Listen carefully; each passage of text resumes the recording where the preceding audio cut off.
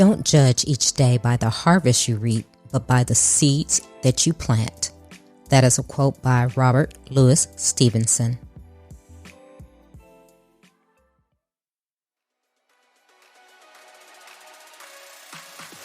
Welcome to Trina Talk. This is the podcast where guests share their stories of pursuing their passions, living a fulfilled life, and empowering others.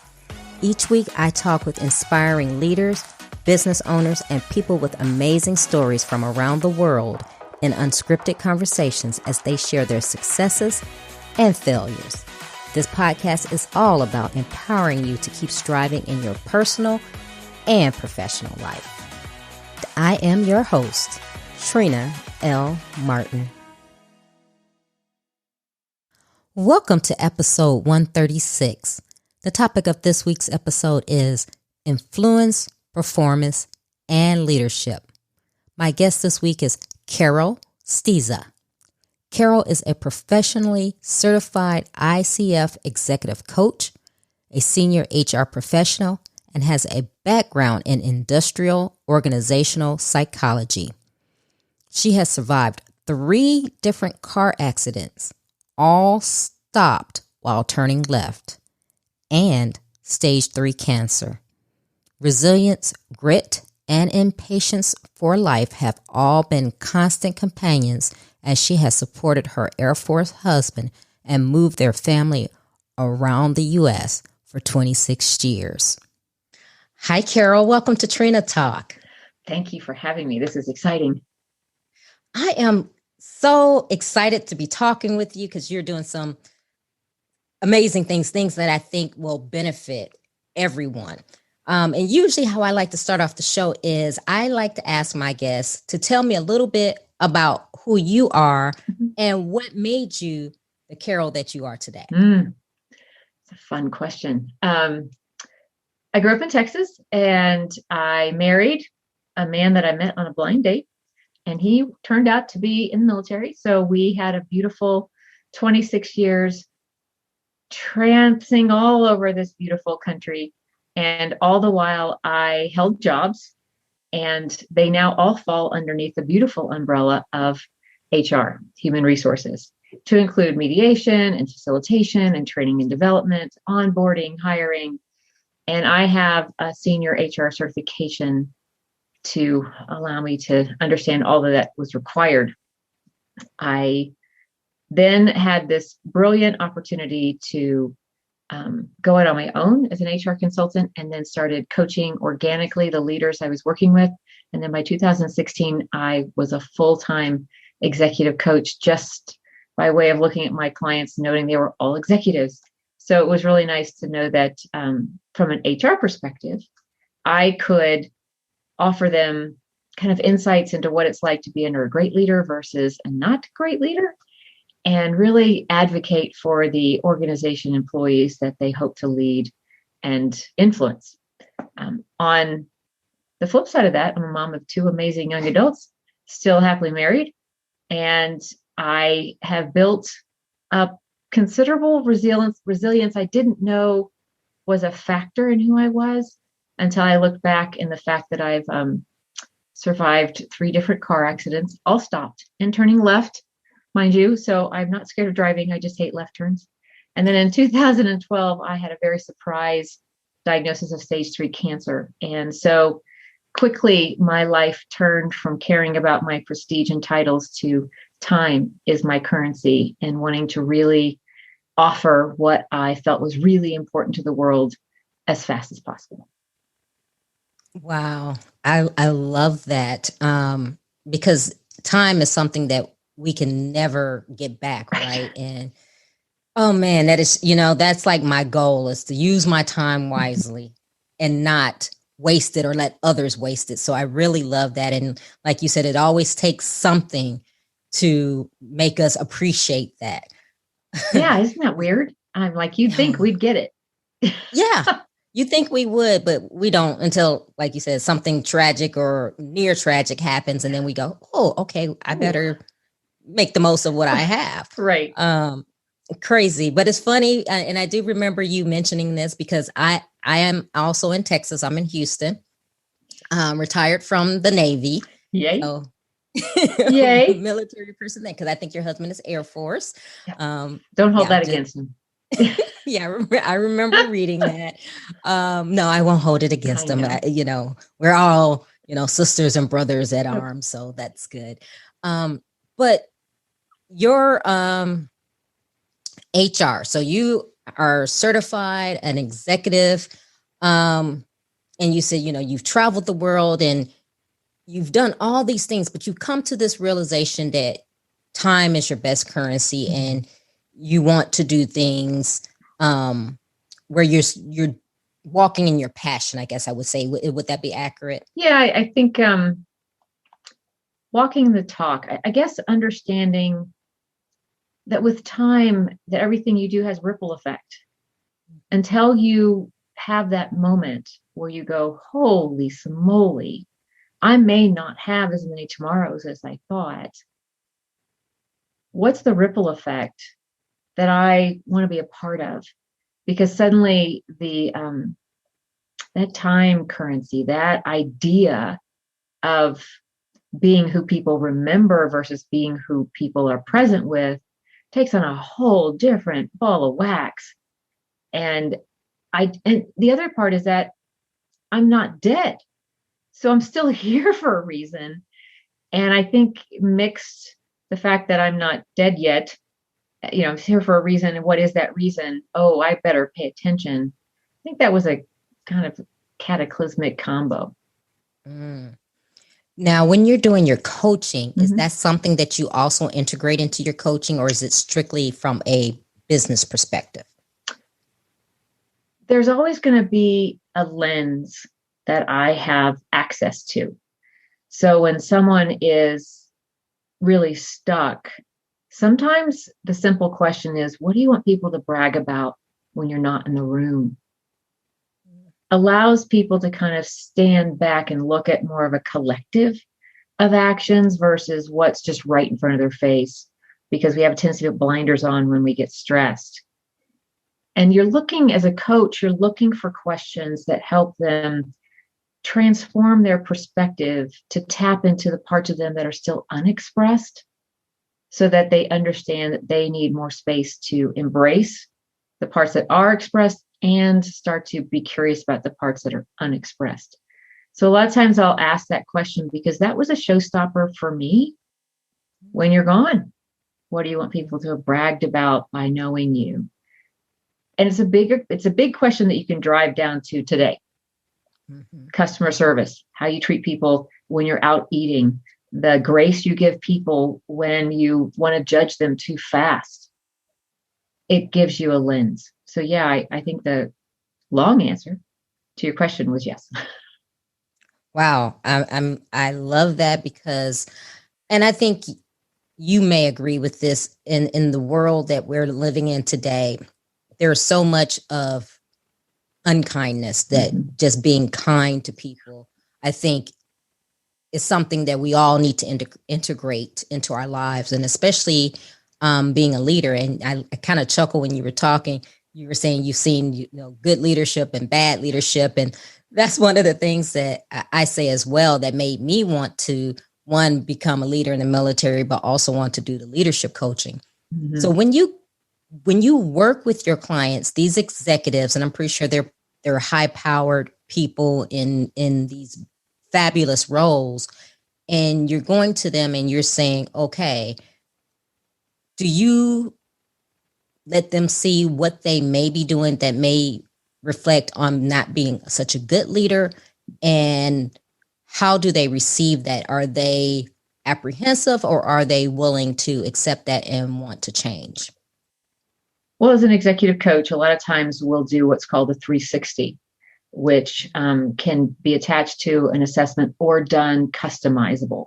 And I've done customizable ones where we agree on the questions we want to get answers to.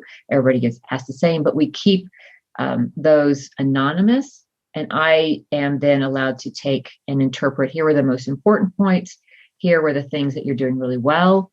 Here's the areas of opportunity. How do you feel about that? And how receptive they are to growing. One, determines whether we're a good fit for coach and client, because you can't coach somebody who doesn't want to be coached. So that normally is something we've already established, but the 360 is something where they are getting, input from people who are above, beside, and below them, direct reports. So they really now have a reason to pay attention to this information. And how they feel about it determines what's challenging them in overcoming it. So how they receive an area of opportunity, a lot of times they'll want to get defensive. I said, don't get defensive, because what you're doing served you well at some point. It's just not serving you well now.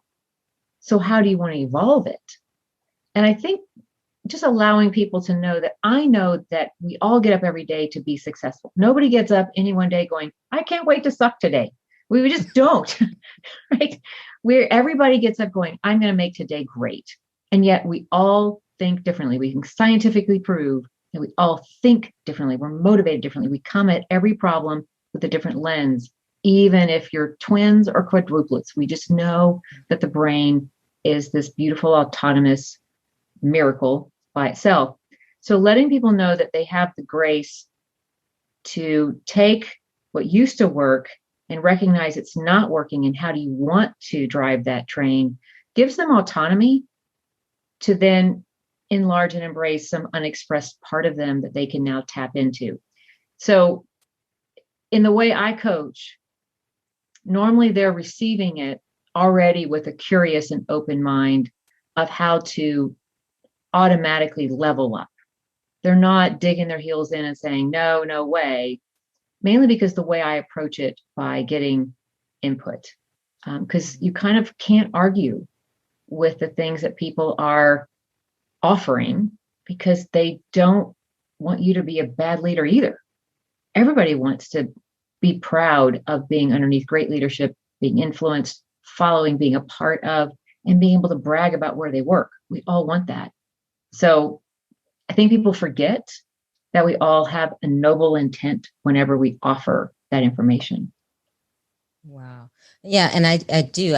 I agree with that. I think we do forget. So it's a matter of bringing that back to home so that people can realize that. Yeah, we're all human, and we have those moments where this one person has rubbed us so wrong for so long that, it's going to take a whole lot of salt for us to really buy in that they may have some noble intent today. But it's there. And if we help somebody realize that anything that's thrown at you has nothing to do with you, it has everything to do with the person throwing it. It makes people go, oh, you don't have to own it. It's not about you. They're having a bad day. They want to be heard. They're projecting out. They're being ugly all over. They're crying out for attention. It has nothing to do with you. And that's a very freeing thing to offer. And yet when a leader is projecting it out and calling them on it, like, you're projecting out, so it means you're frustrated. What frustrates you the most? And let them talk on the point. They start to realize, oh yeah, I'm frustrated. I'm just taking out everybody else.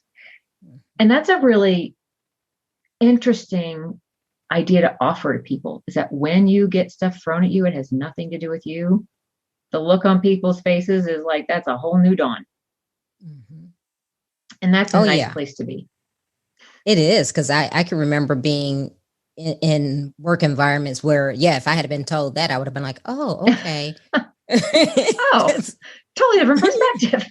Oh, that's different. Because I've had some crappy managers, and I'm like, God, what did I do to this person to get him off, on this side of the road? But that's very interesting how you put that. Now, I would imagine, as well as the executive, you're going in and you're working with some of the people. How do you address the climates in a work environment by you being in HR? You're pretty keen on that. So yes, I love a good culture. I love working with a team that values equality and inclusion. we're all naturally different because the way we think, regardless of how we look. So we really can't wait for that to be off the table, you know. Whew. But when that doesn't happen, a lot of times what's great is to find a way to help people feel equal again. There's assessments that all assessments in the world have an agenda. Each one has its point. And so depending on where the team is, so a lot of times I get called in, I'm working with either already C-suite executive or somebody emerging, and they've got a team. And they're like, wow, this is really working great for me. Can you do team engagement? And you can to a point. You can't coach ethically a leader and a direct report at the same time. That just doesn't fly. But I can step in and say, you know, let's get an assessment of the team. How are they doing? What's the performance? How do they feel? And depending on what the point is, where they are, you a lot of times can offer an assessment that allows people to have a free, open conversation of how uniquely they see things. And when we understand that someone sees the same thing differently, we start to go, oh, and then we talk about the value that perspective offers, so that we're now collectively looking at the same problem and valuing the different perspectives, because technically that's where innovation really happens. A lot of times I'll pair people together who we've tested and we know they think opposites. But you've heard opposites attract. So when you're dating someone and they think differently and they make life exciting, they give you new perspective until you've been married a year and you can't stand why they're so different than you. It's this funny, like, no. The value that opposite viewpoint offers triggers your creativity. It doesn't cause you a challenge. It triggers more thinking. So the whole idea to work with teams is to get them to value each other for what they're offering. And the analogy I use when anybody asks about working with groups to present a more inclusive and equal culture is the Avengers or a team of superheroes. You don't have any redundancy. You don't have two Spider-Men. Everybody's got their own unique gift, and yet they all work together for a purpose. And they're called on, each one, for that unique gift. On a sitcom, everybody's got their own characters, their own personalities. You don't find redundancy. And so when people have a group and they suddenly get mad that not everybody's thinking the same, they forget that that's the value of teamwork. And a leader sometimes can forget the value of having a team because they get mad that the team doesn't think like him. I'm like, brilliant. That's exactly what you want. You want a team that thinks different than you. And often I get the deer in headlights, like, what are you talking about? I'm like, no, you really do. And they just forget it because they forget to tap in and use that team. And when they do, it frees them to be more strategic. They can be less operational. They trust their team, and trust and autonomy is one of the greatest motivators for teams to perform really well. Wow. Yeah, that needs to be brought to the forefront in a lot of companies. And it's funny because I'm thinking back over my career life, and most HR departments that I've dealt with don't come with your perspective. It's, just the usual, benefits, this and that. And, I remember one job I had a complaint against a supervisor, and I went and they were like, oh yeah, okay, whatever. But I mean, it wasn't like this, so you're like HR on steroids to me. So, and thank you for that. And there's an interesting part, like in any department, when they're evolving. So human resources used to be helping to hire, onboard, take care, and create the culture. And as the world became more litigious, more legally binding, or CYA, if you will, that got dumped on HR. And so it became very paper heavy and paper driven. And I really thrived off all the roles that allowed me to interact with leaders, employees, managers, whether it was gaining, training, development. And so HR departments now, depending on the size of the organization, have levels of HR, entry level HR. And as a senior HR professional, you're looking strategically at how you can help leadership evolve. But to your point, and to all people who have chosen HR, there are two types of people who choose HR. There's probably more than that. So I'm generalizing with lots of freedom here. The people who are really detail oriented and love the paperwork, almost like the accountants of humans, as far as benefits and keeping track of payroll and doing all this brilliant numbers crunching behind the scenes. And the other people that really thrive off people interactions and go seek out, how are we doing? Cultural surveys, really staying on top of that. So HR has gotten broad and deep in some ways, but it's the last person hired. When a startup comes around, because they've already gathered the talent, they've got the ideas, they're putting out products, they're buying and selling, like business development, marketing. And so that until they get to 15 employees, they're like, I think we need to have HR, right? I think we have to legally cover our butts. You could farm out HR now, but a lot of times an HR person is not part of the culture yet. And they're not part of those conversations. And that has been sad to see happen. I think there's a real opportunity for organizations to allow HR to have a seat at the table and put the human element of cause and effect conversations on the table more and more. And some organizations are doing this brilliantly, and some, it's an afterthought still. So to that note, for someone who is starting their business, when do you suggest that they seek out that HR professional? And how do they find someone like you? Or maybe they need two people. Maybe they need that numbers crunch person, and then they need someone like you who's going to look at it from the human perspective. If you're a startup, there are quite a few outsourced HR entities that you can tap into for a nominal fee that will help you with all the legalities, making sure your hiring is fair, helping you with job descriptions that actually depict the job, onboarding documents, handbooks. That helps establish a lot of the things that they forget. And the one thing that why that's important is how easy it is for someone to integrate quickly into an organization already sets the tone for culture. Culture will happen whether you intend for it to or not. And when you make it difficult for someone to feel that they belong, you're already starting off on a little bit of a disadvantage to have a healthy culture. So you don't have to hire a one-person HR department. You can farm that out to organizations, and there's quite a few out there, so I won't pick one because then somebody will be accusing me of favoritism.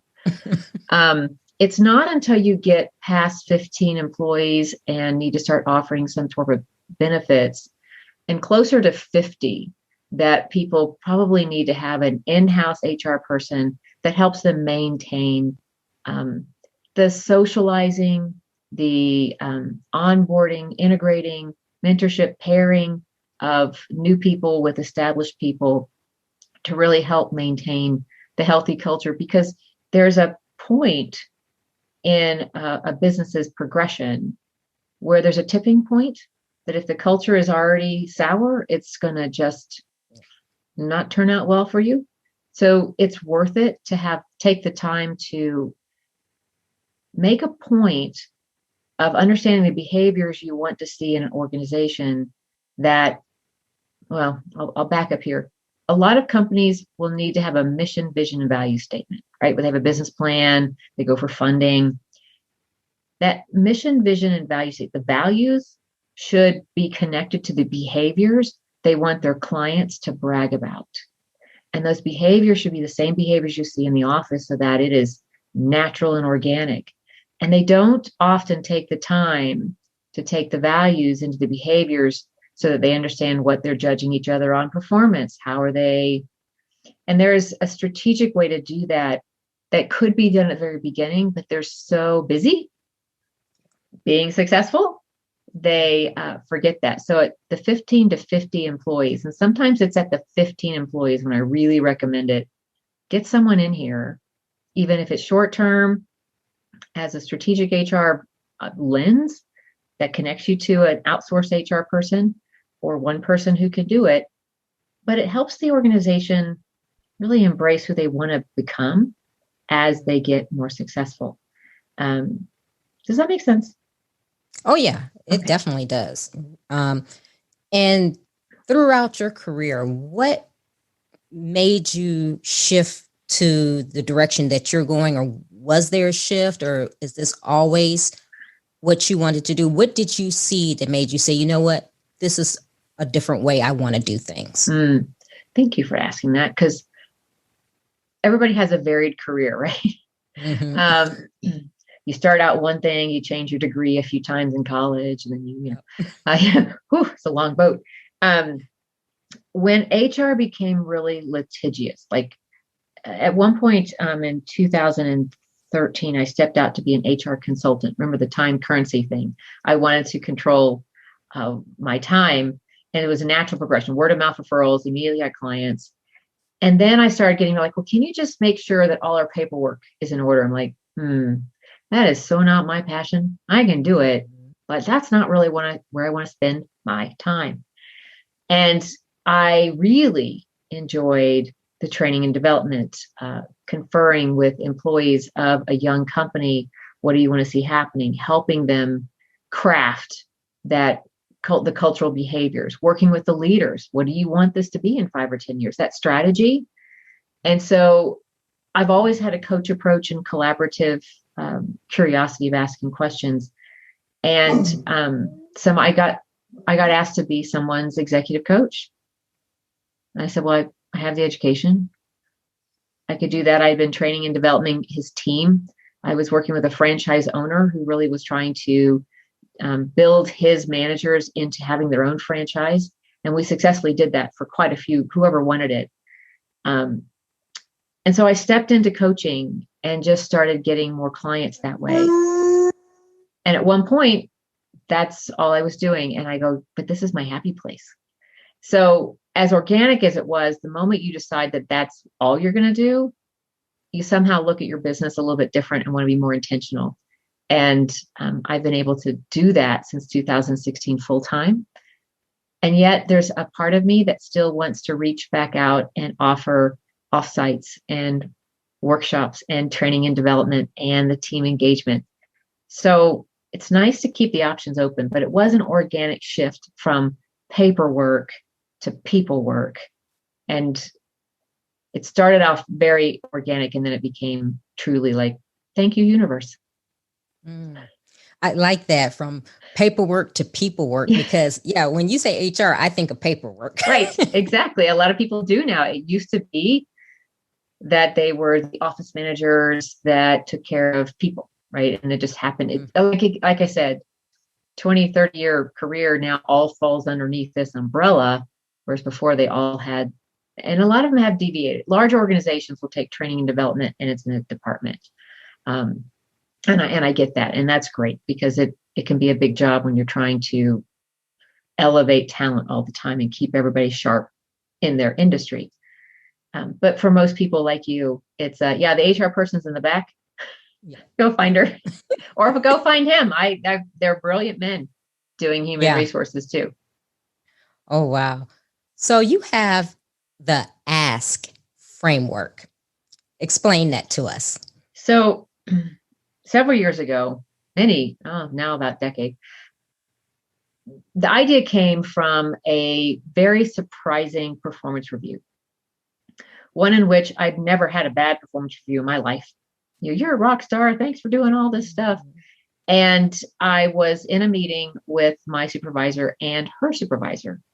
And right from the beginning, it was clear that my supervisor did not know how to really conduct a performance review. And instead of admitting it, she just decided to make it her performance review, and would kind of use my work as a catalyst. Like, oh, I know she did that, but here's what it allowed us to do and me to do. And, she did miss that period on the end of a sentence in that letter. I mean, I froze. It was like watching somebody else's show. Yeah. And the piece that troubled me the most is I didn't have the tools to step in and steer the conversation back to where it should have been without feeling I was bragging or putting someone under the bus. And that perplexed me. Why don't we know more about the value we add to an organization in such a way that we can step in and say, hey, given that last project, what was the one thing that allowed the company to do? And can you give me an example of how it's still being useful today? That's not a brag, that's a question, but it's context, one thing. And all of that, this ask framework, the type of questions that can elevate your influence, performance, and leadership are all based on all the research I did. Because as soon as that performance review ended, I wanted to quit. I wanted to put in my 2 weeks notice, because what confused me the most was not my supervisor's confusion over the process. It was her supervisor's complicity in letting it happen. And then you feel a lack of trust in the system. And that bothered me a lot. Now, I was intelligent enough to know there was a gap here. But if I experienced it for the first time, I'd heard people experience this, but I never understood it to this capacity where you're frozen. That flight, fight, or freeze. I froze. I was like, this cannot be happening. What do I do here? I don't want to put her in the best. How do I? And I played nice. I played polite. I can't believe this is happening. This dream will end soon. Ugh. And so I had the opportunity to go back to school on a full scholarship. And I jumped into researching this because this really bugged me. If I couldn't figure out for myself, how could I, as an HR person, as somebody who coaches, guide somebody else? And I really wanted to find that out. So this framework came out of tons of research, starting with research on feedback, which is, I think we have it backwards. I used to teach people how to give good feedback, and I was wasting my time on the wrong end of the equation. And that's where the research turned me around to, I need to be spending time teaching people how to ask for the positive information they need, when they need it, when they can use it, and when they can actually put it into service. And that was groundbreaking for me because I was raised in the South where you're supposed to be nice all the time, wait for a compliment, let your actions speak louder than your words, wait. And we do. And when we don't want to wait, we're trained to ask one question. How do you think I can improve? Which opens the floodgate for things we have no idea that we have unleashed. And so it was interesting to know that we actually have more control than we've ever been taught, that we've been taught, the asking has been taught out of us by teachers, because not that it's a bad thing. They ask all the questions to assess learning. We're taught to study and regurgitate. And we want to know a better way to do it. We ask how to improve, thinking they'll tell us all the things we're doing right, except the one thing to improve. But they don't. They take it as an open invitation to be a useful, helpful human being. So if there wasn't anything they were thinking of, they'll find something. And we're doing it all backwards. So this was something I was compelled, I felt was necessary to really give people a framework of how to step into a conversation professionally, to set the other person up for success, control the context, allow them to only offer one thing, because that's really how our brains focus anyway. And then the gift is asking for an example through somebody else's eyes. And there is a fourth bonus of, if you want the conversation to go further, ask what and how questions. And so that's kind of explained in the book, but the why behind asking is that we are all motivated by autonomy, to be who we are capable of becoming. And asking is that last piece of the puzzle for autonomy, of learning what we do right, that we can honor, that the next time we choose to grow, we don't disrupt that cart that everybody else really loves, or people count on us for, or what people are bragging about. Because we've all done the whole big, you've seen the midlife crisis. They go buy the sports car, the big house, whatever it is they do. And everybody's like, what happened to the person I liked? Right. Well, they didn't change. They just were trying to embrace a new part of themselves at the expense of maybe time on where they used to be. So this came about to help people at work and in life really kind of go, hey, given what we've done together, a context, which helps the other person know exactly where your head is, no surprises. What's the one thing that you love about us working together? Or what's your favorite thing that you count on when we do this together? What's the one thing you're looking forward to? You can always change it around to what's the one thing you want to see done differently. That can always be done, but we're so unpracticed and asking for the good because we assume it makes us look self-centric that we don't realize that the gift we're offering is including somebody else into our world. And the last piece of like, can you share with me how you see that happening? Can you share with me the experience through your eyes? Can you share with me what it looks like? That is such a brilliant gift of authentically asking them to share part of themselves. But asking becomes a very inclusive act of valuing the other person, regardless if you're asking about yourself or something you've done together. And I don't think we've actually taken into account how important that is to not only find out what we're doing well through somebody else's eyes, but including their perspective into how they see it, because then we learn more about them. Wow. That is pretty profound. And I have never thought or heard of it from that standpoint. Mm-hmm. So that is great, and I like what you say. You're asking for the good and how, they see it through their eyes, one thing. And I was just thinking as you were talking, a lot of managers, supervisors, or whatever, they just have a script. So they'll go in and they'll tell you at performance time, oh, well, you need to get better at XYZ. And you're like, well, how do you know I'm not doing XYZ? Right. It's like they're just telling everybody the same thing. Well, I just get better at XYZ. And they tell everyone the same thing. And you're going, okay, well, how can I get better? I do it already. And then you're sitting there and they never say, well, you are good at this. Mm-hmm.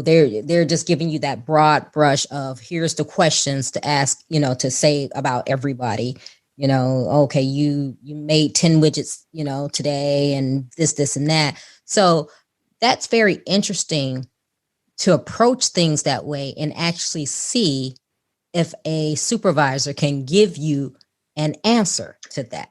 Right. So you just offered a very interesting scenario we could play with for a second. It sometimes feels like they have a script, right? There's a department, everybody's doing the same thing. People forget that in a performance review, you have total permission to step into it with a conversation, that you're part of the conversation. You can actually kind of start to interview up, in a sense, by understanding, saying, okay, I get that you're asking or offering this insight. Given that insight, what's the first thing you think I should do? Like you don't want to pivot off what they're offering, but let them know that you're willing to step in the conversation. What's the one thing you think is the most important aspect of the things you just offered? Tell me what success looks like from your eyes. You want to know what they're looking for.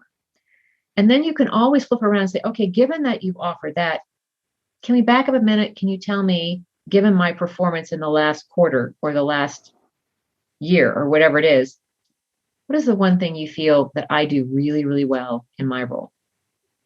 Right. So you can address where they're at.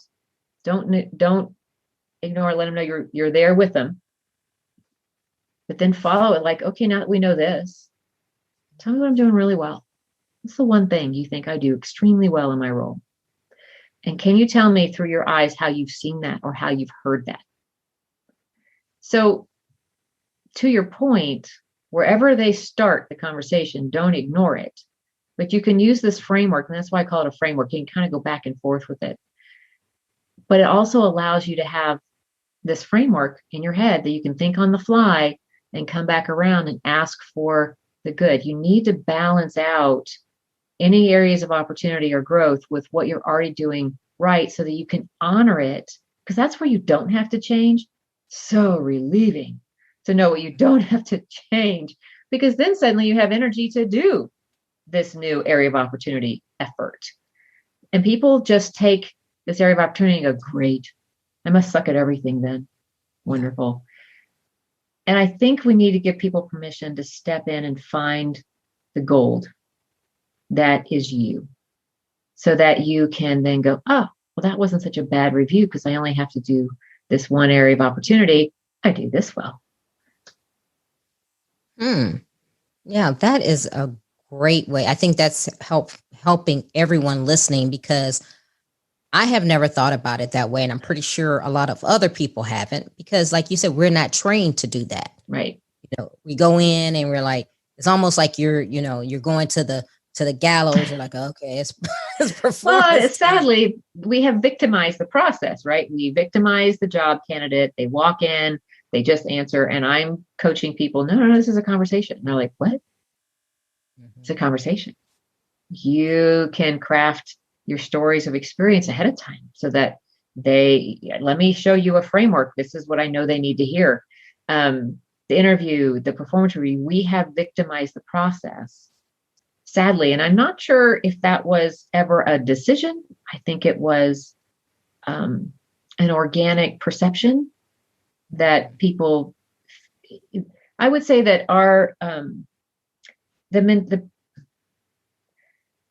there is an old leadership mentality that you tell people what to do, you tell them how to improve, and you're helpful because you're trying, if you're going to tell them how to improve, that you care about the growth. And there have been several people who've abused that. And that just takes one bad apple to ruin the whole cart, right?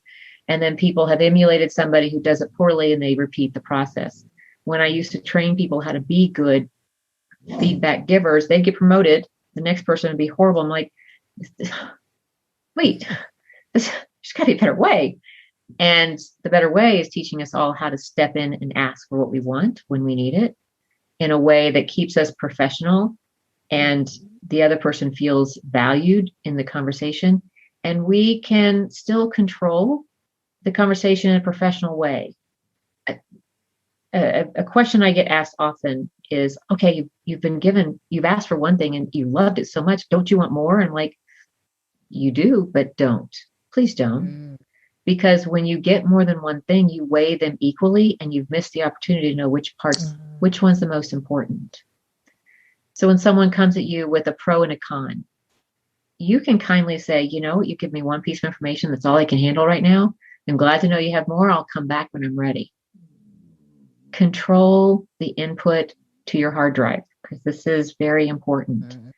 And we don't teach people to take that permission to step in and say, thank you, but that's all I can handle. I'll come back to you. And it's important. Wow. That is. And, and you're so right, because we'll get okay, do this, this, and this. And then you leave feeling overwhelmed and you don't know where to start. Right. Or like you say, you just leave and you're going, okay, I just want to go home and drink. That's exactly. If nothing else, because you'll have people come at you and like, hey, 5 things real quick. And you're like, oh, geez. And they rattle them off. You're overwhelmed. I coach people to say, take a moment and say, okay, out of the things you offer me, what's the most important today? You need to know where to start, because they'll go, oh, good question. This is most important. And it's never the one you'd guess on your own. Trust me. You're wrong 100% of the time, because you're going to think it's the first thing that came out of my mouth, and it's normally the 5th. It takes them a while to get there. It's really intriguing what we place assumptions wherever we lack information, like it's a new DIY project. And so this is, take the time, take a moment, just take a beat and go, ooh, thank you for all of that. What's the most important one I need to pay attention to right now? And they'll tell you. And it's such a gift, because now you know what to do first. You can always go back to like, all right, That is done. Check. What's the next most important thing that you think is really important now? And just by asking those questions, you get to see more and more how the people think, what's important. And this is a way to organically learn and appreciate other people without having to guess, not having taken ownership or stressing. We have so much anxiety because we place assumptions where we lack information. Love it. And, and that's a principle that can be applied in your home life. Yes. With your children. And I'm like, I can use that exactly. with my son. It's actually brilliant to use at home. Yes. Yes. It's brilliant because, and this is where that projection takes place. Mom, you never. Dad, you never. Or to your spouse, you never. Anytime you ever hear never, always, or should, you really can just take a moment and say, wow, it sounds like you're frustrated, because that's a neutralized term. You're calling it. What's frustrating you the most right now? Don't own it. Don't take it on. I call it the pile of poo exchange. They're trying to hand you a pile of poo, and you gently just hand it right back to them like, well, what's frustrating you the most? And let them talk, because that's what they're really wanting. They just are doing it really poorly. And that type of love and respect, even to the youngest member of your family, even if those emotions are still hard to articulate, you're giving them space without accusing them of anything other than an emotion that's natural. Whew. I love this conversation. This is great. I'm like I said, my wheels are turning, and I got 2 teenagers, so I'm like, I can start using this. Now, do you know that teenagers' jobs are to rebel against you, to see how far the rubber band stretches, Yes. they're testing their wings. And you just get to love it out of them. Oh, that's why liquor stores just never go out of business during a pandemic. Not that I'm not condoning drinking for everybody. Trust me, but boy, does it give you that moment where you're like, come on. Yes. They are truly required to spread their wings, and nobody's telling them how to do it. So they're doing it in every way they can think of, good, bad, and ugly. And one of the most brilliant things that I found useful, and I wish I'd had this tool when my kids were in high school, because I learned this later. And let me tell you, if I've ever thought that wisdom was wasted on age, this is it. I wish I'd stepped into better conversations with my high schoolers when they complained about something. Instead of trying to fix it, instead of thinking they needed my insights or my inputs, I wish I'd taken a moment to say, that sounds awful, but that sounds great. Can you share with me what it looks like from your eyes? How was that? How did you experience that? Where'd that thought come from? I want to know more. To be curious, curiosity and respect and love is something you have to give before you earn it back. And we want it so badly, we just try and take it. And it never works. So the moment you can give your kids space to explain or share where their thoughts are coming from, what that experience looks like through their eyes, the fact that you're listening to them gives them respect that they will give in return. And it is not easy. Trust me, not easy. Because you just want to slap them sometimes. But taking that space, because they're in process of verbal processing their own growth. Yeah. And that's a gift, to give them that opportunity to process it through you without judgment. And from our perspective, it's hard not to judge, because we live vicariously through our children. We're the CEOs of a product we're putting out into the world. Yeah. That we would really like to have a different path than they're choosing today. Yeah.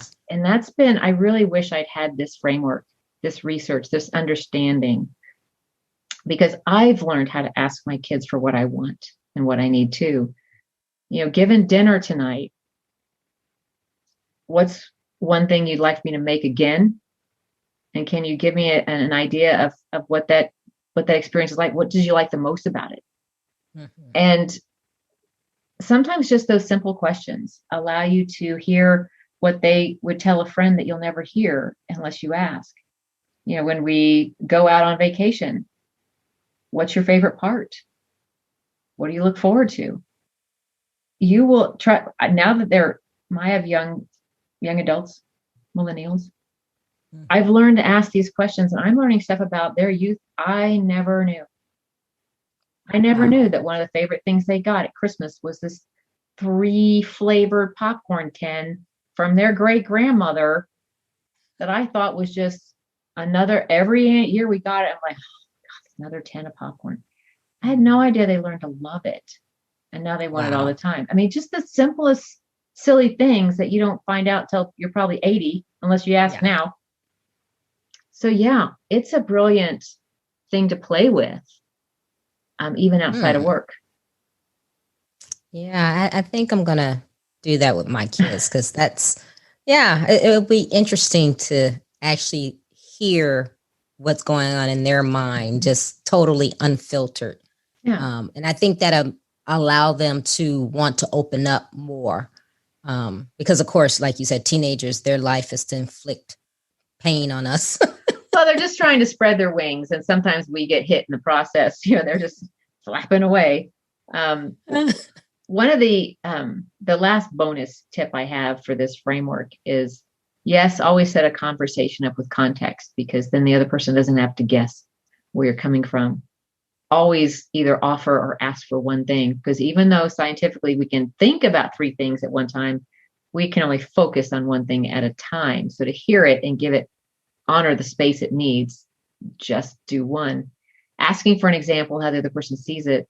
But when you want to have that conversation go further, asking what and how questions. And trust me, having teenagers, you want to go, why did you do that? Why? But why makes people defensive? It makes their brains go backwards, having to defend the action. So if you get mad at them and say, okay, like they've done something stupid, what did you think would happen when you did that? What do you think would happen next if you did that? How did you think that would play out? But let's say you've had a great conversation, like what's the one thing you loved the most on the last vacation? How did you experience that? How can we replicate that? What would you like to see for the next vacation? Just following and offering what and how questions. And you can do it backwards too. What does success look like? What do we do first? Give me an example. If there was one thing you wanted to make sure happened, what is it? And are we talking about the same thing? Yeah. So it's a framework for that reason, to play. But those 4 and 5, the 4 elements, the context, the one thing, the example, and what or how or what and how questions, gives you this beautiful toolbox that keeps the drama out of it. Yeah. And keeps a lot of the judgment out of it. Mm-hmm. And when you're triggered, the framework is something you can rely on to keep the triggers a little bit lower and go, no, see this through. Because we're all emotional. We make decisions based on emotions. What we say is based on emotions. So, the one thing question really helps keep that in a sweet gift package. Love it. Love it. Love it. I got my notes because I'm going to use that on my kids tonight. They actually will start to appreciate it. And that's the interesting thing, is that when you start using this framework to gain information, the other person feels so respected and included that asking becomes a gift, even when you're asking information about yourself, which is so not intuitive. Wow. Love it. Okay. We got to get into our questions. Okay, let's do it. Let's do it. Okay. Who or what motivates you?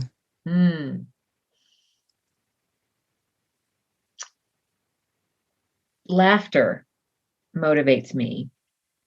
Choosing optimism motivates me, because it's not natural for me. I don't wake up just this positivity person. I have to choose it. And I intentionally choose it because it allows me to laugh easier.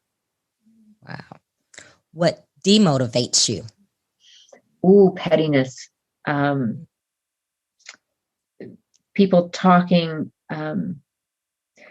pettiness and rudeness, just in consideration that the other person has a place.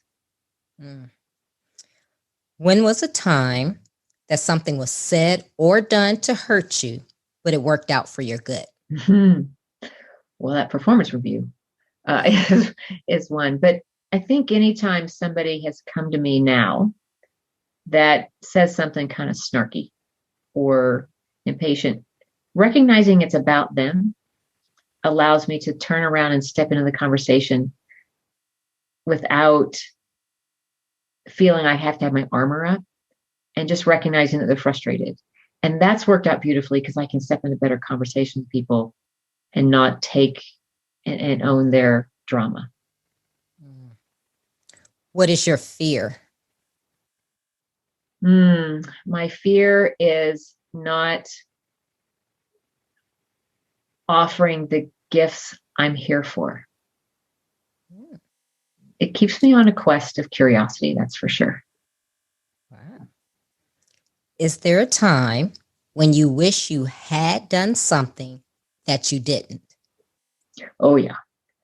I wish I had given my children the respect of being individuals in their own right and not trying to put them into the category of my child, like my child. I wish I'd given them that freedom to really respect who they wanted to be without judgment when they were younger. Wow.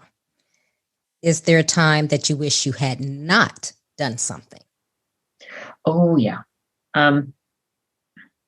We forget that people aren't in the same headspace or as we are. So there have been often times when I've tried to jump into a conversation and done it extremely poorly and hurt someone's feelings by accident. And anytime I do something that hurts someone, that's just hard. That's never been an intent. So it's sad when it happens.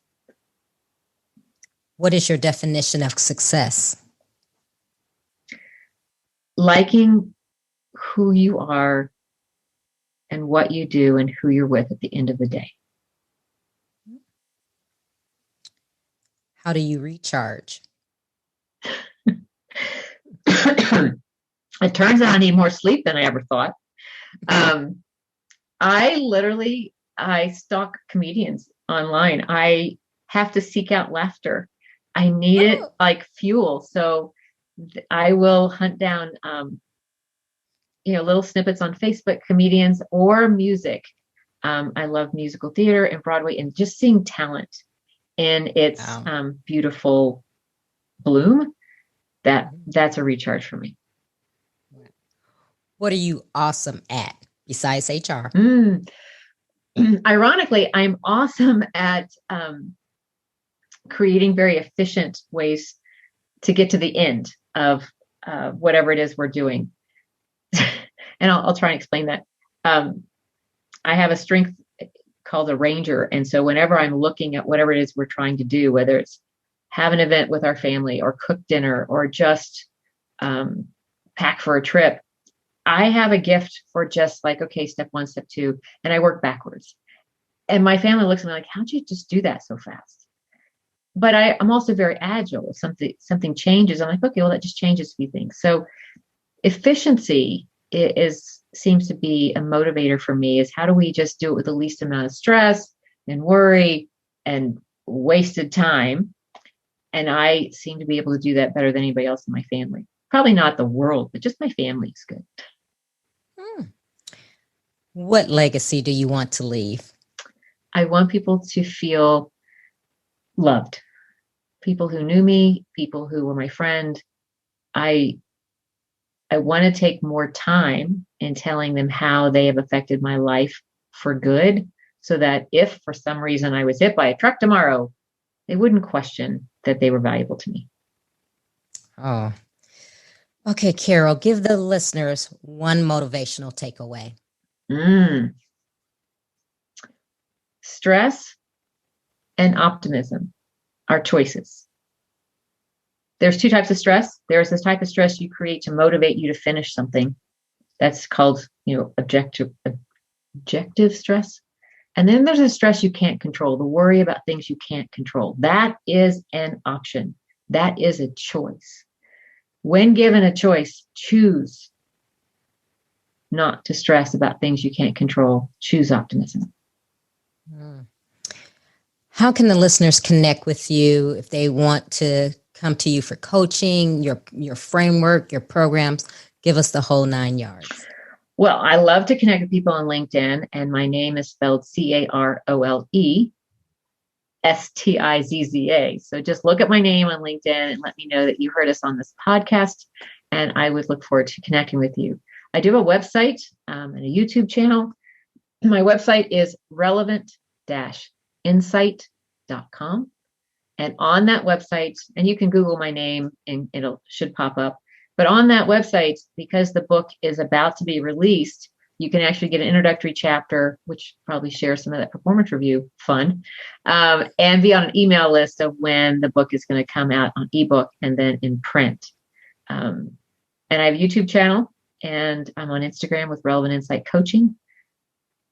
And I love to hear what has been helpful for people who have gotten to listen to your podcast, because your audience obviously values all that you offer, and I'm glad to be a part of it. Very honored.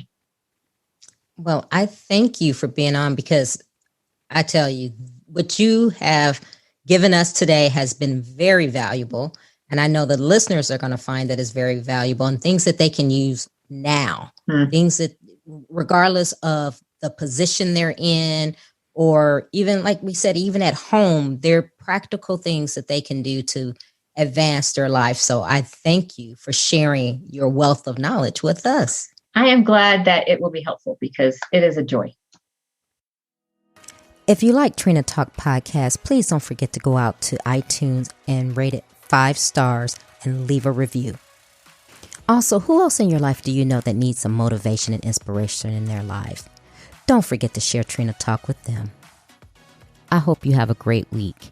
And remember, if you change your mindset, you can change your life. Keep striving, because success is a journey, not a destination.